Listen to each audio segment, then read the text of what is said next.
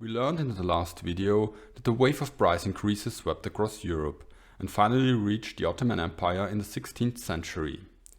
The Janissaries were not very well paid and therefore were hit hard by the inflation that originated in the import of gold and silver from the Americas to Europe by the Spanish.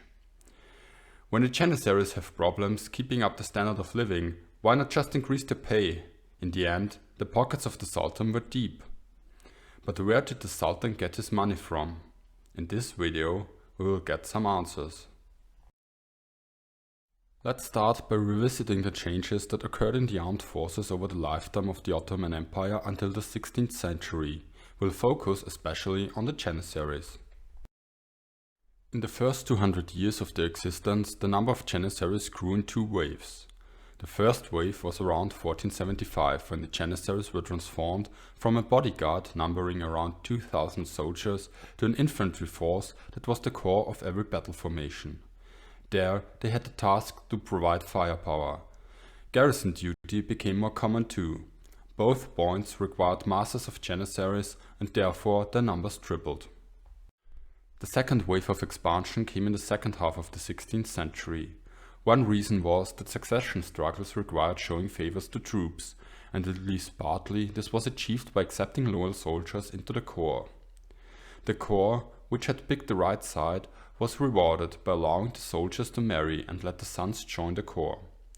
Furthermore, new developments on the battlefield, as well as never-ending wars on multiple fronts, required an increase in troop numbers.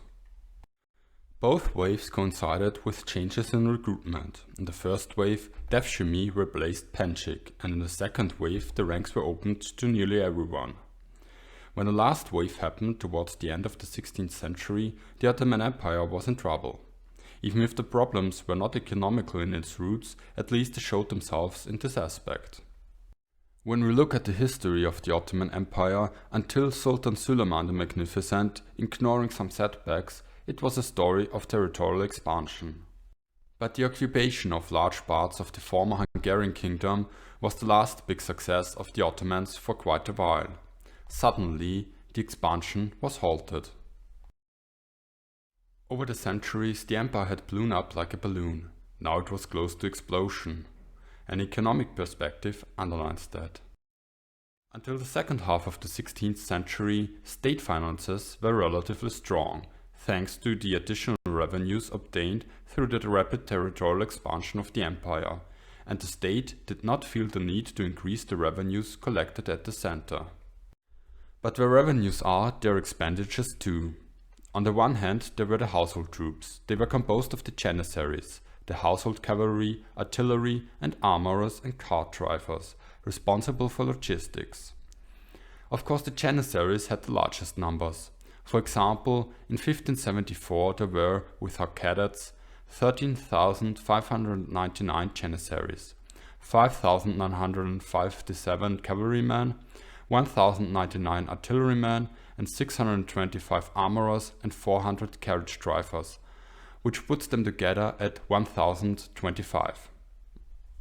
On the other hand, there was the provincial army. These Sipahis received a tima, a fief, in return for their military service. In a comparable time frame, they numbered in the tens of thousands, potentially even exceeding 100,000, although only parts of them were mobilized. According to Murphy, for a big campaign, 50,000 would be a good guess. In addition, there were auxiliary forces, but the ways of hiring them as well as their tasks changed in every era, so we will ignore them. Aside from basically being the property of the Sultan and thereby the Ottoman state, the question is what the incentive was for these soldiers to go to war. The answer is simple: plunder. Of course, both branches of the armed forces received some kind of payment for their services, independent from the success on campaign. For the household troops it was quarterly payments as well as some other benefits, which we have discussed extensively in the video on benefits and welfare. For the Sipahis, the timas were the reward which they could get for outstanding service. They should use the rents of these fiefs to participate in further campaigns and hire some retainers. But although having their quarterly payments, the Janissary's salary was not very high. Weinstein describes it as modest in the 16th century, with still only 2 acts per day for the lowest rank. The jobs as a Janissary became lucrative only when rising through the ranks or through presents from the Sultan, usually at celebrations on the occasion of an accession. This made plunder extremely important. When a city did not surrender but had to be stormed, the Janissaries had the right to plunder it and do whatever they liked for days. For the Sipahis the situation was similar, although as cavalry they had no big role in sieges, and therefore plunder was not that promising. Nevertheless, territorial expansion was extremely important for them. They got the lands for outstanding service, militarily or otherwise, and there were always enough people whose loyalty the Sultan had to buy. So when the expansion stopped, the Sultan had no new land to hand out. Kicking someone out of his fief for petty reasons and rewarding the land to someone else could make an enemy. The civil war before the accession of Selim II aggravated the problem of the diminishing conquests. The succession struggle was a war, a civil war.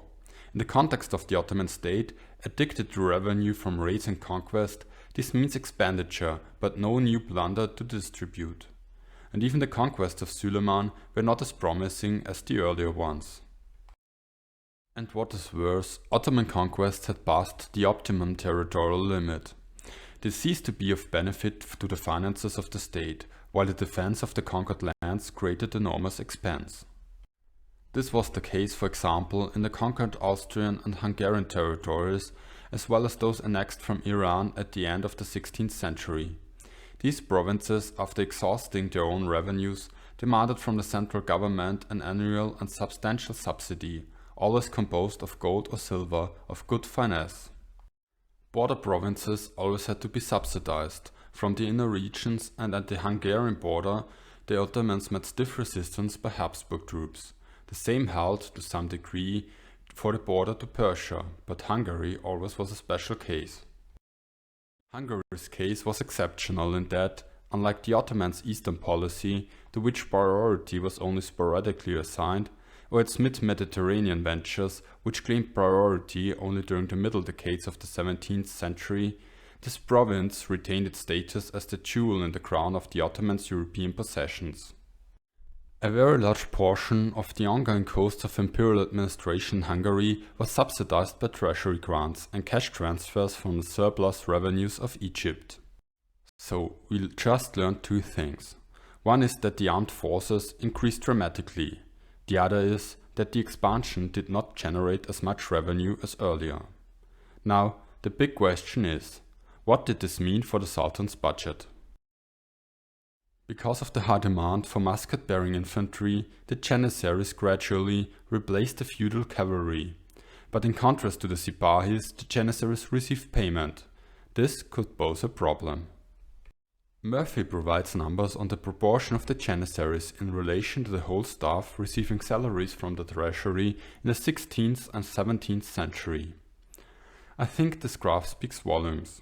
If we take the numbers from 1527, 1609 and 1660, we see that in around 130 years the proportion of Janissaries rose from 32.7% over 43.1% to 54.8%. The numbers on the salaries are very similar. In 1527 the Janissaries received 23.4% of all salaries. This rose to 46.6% in 1660. This change was due to all the facts we discussed in this and earlier videos. Modern warfare needed masses of soldiers armed with gunpowder weapons instead of highly trained cavalry archers. But it was not only the Janissaries. The household cavalry, although smaller, was even more expensive. A cavalryman was at least twice, maybe even thrice as expensive as an infantryman, and the numbers grew too. The Ottoman budgets around 1600 show how the treasury spending blew up. It will look worse here than it really was for a reason we are going to talk about later in this video, but the numbers tell us a lot anyway. In approximately 40 years the budget more than doubled. This was not sustainable by any means, therefore there are serious attempts to reduce the deficit as we see. Here I have to add a critique of my 2 sources. Barkan provides numbers on the budget and the Janissaries and draws his conclusion from that. The problem is that when he is giving percentages, his numbers do not fit together. When using Murphy's numbers, which are very similar, I ended up with percentages from Barkhan. So if you want to read Barkhan's paper, take it with a grain of salt. A big part of the Ottoman budget was salaries. We can see that until 1614, as the budget grew, so did the salaries too. But after that, when there were cuts in the budget, the salaries did not decrease proportionally as one would expect. Let's look into the salaries in more detail. As we can see, until the budget reached its peak in 1614, the increase in military spending was driven by the Janissaries and Sipahis. Only after that, the costs of the cavalry continued to increase while the salaries of the Janissaries remained relatively stable. Here, the provincial Sipahi cavalry did deserve some remark too. With the changes in military technology and the need to maintain larger permanent armies at the center, the Timur system began to lose both its military and physical significance. The Ottoman cavalry lost its role because gunpowder infantry became more and more important. In addition, changes in the Timur system made the role of the provincial cavalry very precarious. The military demands and socio-political changes that shaped the evolution of the Janissaries also profoundly affected the prebendal Sipahi cavalry. As with the Janissaries, the changes started under the reign of Suleiman, when the Timurid cavalry's involvement in the succession struggles led to the government's distrust of these forces. In general, the second half of the 16th century was full of redistributions of Timurs, especially under Selim II, who won the throne after a succession struggle against his brother Bayezid. There were even attempts to decrease the size of Timurs in order to make more available and reward the men who supported Selim II. Furthermore, the Sipahis were subject to the same inflation as everyone in the empire. The evolution of the monetary economy and the long inflation had already produced a financial crisis in these military fiefs. The revenues of the Timurids, composed of medieval rights and privileges, were not able to respond to the necessary costs of modern armament and the increased cost of living. Thus, one of the first victims of the extended inflation of the second half of the 16th century was the semi-feudal military class of the territorial cavalry. Financial ruin became the cause of the financial and military degradation. Of course, the shuffling around of Timurs and the decrease in their size did nothing to help the feudal cavalry. This development surely played a role in the increase of the household cavalry. The Ottomans traditionally had a large portion of cavalry in their army. Since the provincial Sipahis were not able anymore to respond to calls to war, the central government had to find an alternative and raised its own force. And then there was an additional spending spree that started a little bit later than the expansion of the military. Barkhan studies the budget of 1669-1670 and presents the following numbers. Of the 637,000 million akçes spent by the Ottoman government in 1669, 7% were spent on miscellaneous issues. A staggering 62.5% of the spending went to the military, and this leaves nearly 30% open, and this money was used to cover the expenses of the palace. 30% of the budget had to cover the luxuries of the Sultan, his favorites and other officials.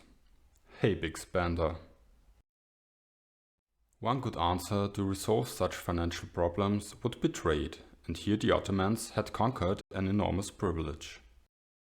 One of the most important lifelines of the Ottoman Empire were the trade routes that connected Europe with the Far East. Goods, mainly spices and silk, came from India, China and Indonesia to the Ottoman Empire and from there to Europe. Let us try to find the most common trade routes around 1500 on the map and see how the Ottomans controlled them. There was the smallest route, the northern one. It went through Istanbul, through the Black Sea and finally into the landmass of Central Asia.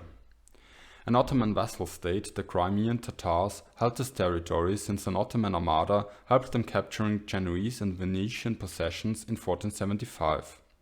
Yes, the Genoese and Venetians had colonies on the shores of the Black Sea. There also was a central route from the Mediterranean over the Levant. This route went through centers like Basra, Persia and the Persian Gulf. Luckily, Selim I had taken the lands up to Egypt from the Mamelukes in 1517. This had the effect that the Ottoman Sultan became the Caliph and thereby the most important religious figure in Sunni Islam. Aside from religious reason, controlling the trade provided income for the empire. In the late 15th century, 80% of pepper trade to Europe went through the Levant. The third route was mainly maritime. It went from the Mediterranean through Alexandria over the Red Sea to the Arabian Sea and the Indian Ocean. The importance of the trade for the Ottoman treasury cannot be overstated. Especially Egypt was an extremely valuable province. In its heyday in the 14th and 15th century, the Mameluke state had been as splendid as the Ottoman, thanks to the revenues derived from its control of the spice trade from the east and taxes levied on locally grown rice, sugar and cotton. These riches would now fill the Ottoman Sultan's coffer. It has often been observed as a general point that the principal contrast between the 16th and 17th century fiscal eras in the Ottoman Empire is that the former was an era of budget surpluses and the latter of budget deficits. But when Egypt and its revenues are removed from the equation, the apparent revenue excess is reduced to near insignificance. In the 17th century, the source of budget balancing was precisely the same: transfers of surplus revenue from the Sultan's inner treasury, a reserve fund made up in very large part by remittances from Egypt and other revenue surplus provinces, to the outer treasury, which oversaw current expenditure. So everyone who wanted to trade goods between East and West had to go through Ottoman territory and leave some part of their money there. That is, at least for some time. So what made the fiscal value of Egypt decline? As it turns out, a new power from far away gradually began to appear in the Indian Ocean. In 1502, a mere 5 years after Vasco da Gama had reached Calcutta, the Portuguese began to blockade the entrance to the Red Sea and Persian Gulf, forcing all maritime trade between Europe and Asia to travel around the Cape of Good Hope. Suleiman was ultimately powerless to stop this diversion of trade to the Portuguese-controlled route, and Ottoman prosperity decreased sharply in the latter half of the 16th century. Somehow this is hilarious. The Portuguese, the European major power probably the furthest away from the Ottomans, sailed around Africa, took the spice trade and thereby dealt the Ottomans a heavy blow. Although the Ottomans managed to take North Africa up to Morocco and Yemen at the Red Sea, in the end they were no match for the Portuguese, who now forced the spice trade to go around Africa. Until the end of the 16th century, Egypt had lost a lot of worth. Furthermore, the Ottoman grasp on Morocco, Algiers and Tunis, as well as Yemen, was not very firm either. Alternatively, goods traveling between East and West could also take the central route. This alternative through or close to Persia was also problematic. From 1500 onwards, the Ottomans and the neighbor were at war on a regular basis. This leaves only the northern route. Here another force showed up. In 1556, Ivan the Terrible seized the Astrakhan and subjugated the Khanate of Kazan. Suddenly, the Russians could block the trade reaching the Crimea and thereby the Black Sea. Long story short, trade was not an option for increased revenue. Around 1600, the Ottomans could be happy to keep the little they had. It seems they had to turn to other sources of income. And this is a good place to stop and take a look at what we learned today. While the core of the Janissaries expanded, the recruitment methods changed until around 1600 most of them were volunteers. At the same time, the expansion of the empire came to a halt under Suleiman. This left the Sultan with an enormous army. The soldiers' payments relied on booty, but since the expansion stopped, so did the influx of booty. Even worse, newly conquered territory like Hungary did not pay into the treasury, but needed subsidies instead, and inflation made wage increases necessary. This led to an explosion of the payments for the Janissaries, and along with that an enormous increase in the Ottoman budget. And even when the government managed to bring the budget under control, the costs of the military remained high. At the same time, the Ottomans took a hard hit by losing the control over the trade routes between Europe and Asia. In the south, the Portuguese blocked them. The central route became impassable because of wars with Persia, and in the north the Russians took the territory up to the Caspian Sea. And now it is your turn again. Imagine the economy of your country crumbling, while cuts in the military forces are impossible because of strong enemies at every side. What would you do? Tell me in the comments. Please do not forget to like, share and subscribe. So long, we'll meet again soon. Stay critical, stay curious, stay free.